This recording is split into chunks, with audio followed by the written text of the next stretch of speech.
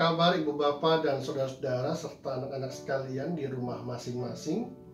Dalam rangka menghayati Prapaskah yang pertama ini, kembali kita merenungkan bagian dari Alkitab kita untuk kita renungkan bersama-sama. Dan kiranya melalui teks itu kita dikuatkan dalam menjalani situasi yang tidak gampang hari ini, yaitu pandemi. Dan karena itu ketika mengingat kembali khotbah minggu yang lalu, saya memberi pertanyaan, apa perbedaan antara keinginan dan harapan? Semoga Ibu Bapak bisa menyimaknya dalam khotbah minggu yang lalu. Tapi KRT hari ini, saya memberi pertanyaan yang lain. Apa perbedaan antara ditimpa dan ditempa, menimpa dan menempa?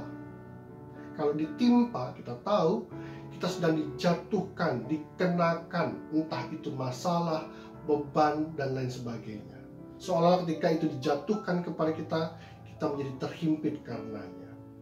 Tapi kalau ditempa, seperti besi yang sedang ditempa, dibentuk sedemikian rupa, dan pada akhirnya ia memiliki tujuan dan fungsinya. Ditempa juga dalam arti sedang digembleng, dilatih, dididik menjadi yang lebih baik lagi.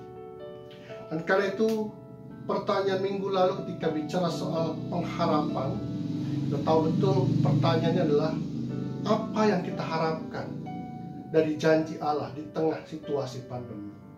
Apa yang kita harapkan? Tetapi KRT saat ini saya memberi pertanyaan yang lain. Bagaimana caranya berpengharapan di tengah situasi pandemi, di tengah tantangan kehidupan? Dan karena itu mari bersama-sama kita belajar dari teks yang telah kita baca dari 1 Petrus pasal 3 ayat 18 sampai 22. Di sana kita diajak untuk bersandar pada Kristus sehingga itu memiliki kekuatan bagi kita menjalani tantangan hidup.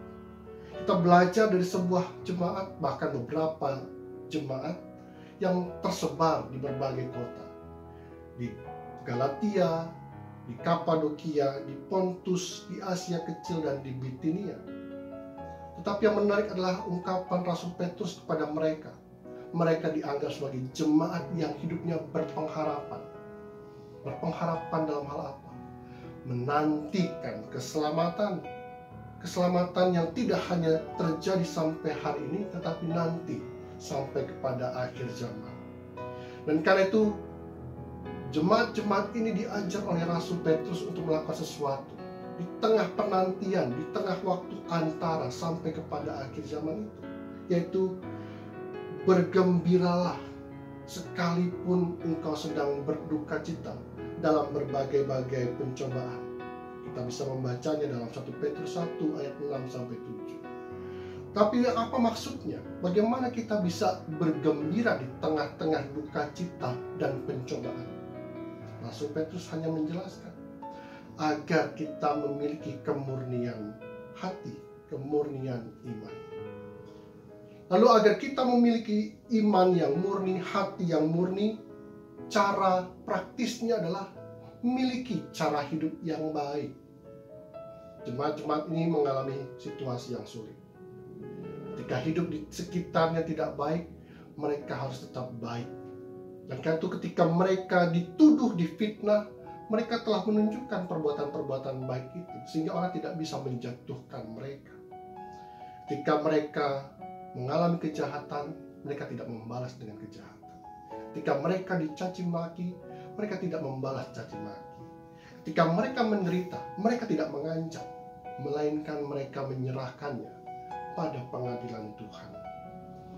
Karena itu nilai-nilai baik, cara-cara baik itulah yang akan kita lakukan setiap hari di waktu-waktu penantian seperti ini. Tetapi jangan salah paham Ibu Bapak Saudara. Jangan menyangka bahwa dengan mengatakan rajin-rajinlah berbuat baik maka engkau tidak akan menderita. Bukan begitu. Faktanya adalah ketika kita berbuat baik sekalipun, berbuat benar sekalipun, toh penderitaan juga datang pada kita karena orang lain.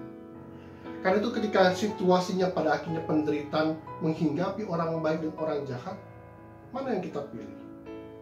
Bagi saya dan bagi Rasul Petrus dan bagi jemaat-jemaat yang mendengarkan firman Tuhan ini, bagi mereka adalah lebih baik menderita karena berbuat baik daripada menderita karena berbuat jahat. Karena pada akhirnya penderitaan kita pada akhirnya akan dibalas oleh Tuhan dengan kebaikan di kemudian hari. Dan karena itu Ibu Bapak Saudara, apa yang perlu kita hayati dalam situasi yang seperti ini? Hayati baptisanmu. Ketika khotbah minggu lalu bicara tentang air bah, maka kita ingat juga air yang kita miliki dan kita alami melalui baptisan. Dengan cara seperti itulah kita tidak hanya sedang dibersihkan, tapi dimurnikan untuk pada akhirnya memiliki hati nurani untuk berbuat baik dan benar kapanpun. Itu bagian kita. Tetapi bagian Tuhan adalah Ia akan menopang, memberi tumpuan bagi kita yang hidup dalam penderitaan ketika kita melakukan yang benar. Beban kita serahkan kepada Tuhan, penderitaan kita serahkan kepada Tuhan, sambil tetap menggunakan kesempatan dan bagian-bagian kita untuk dijalani.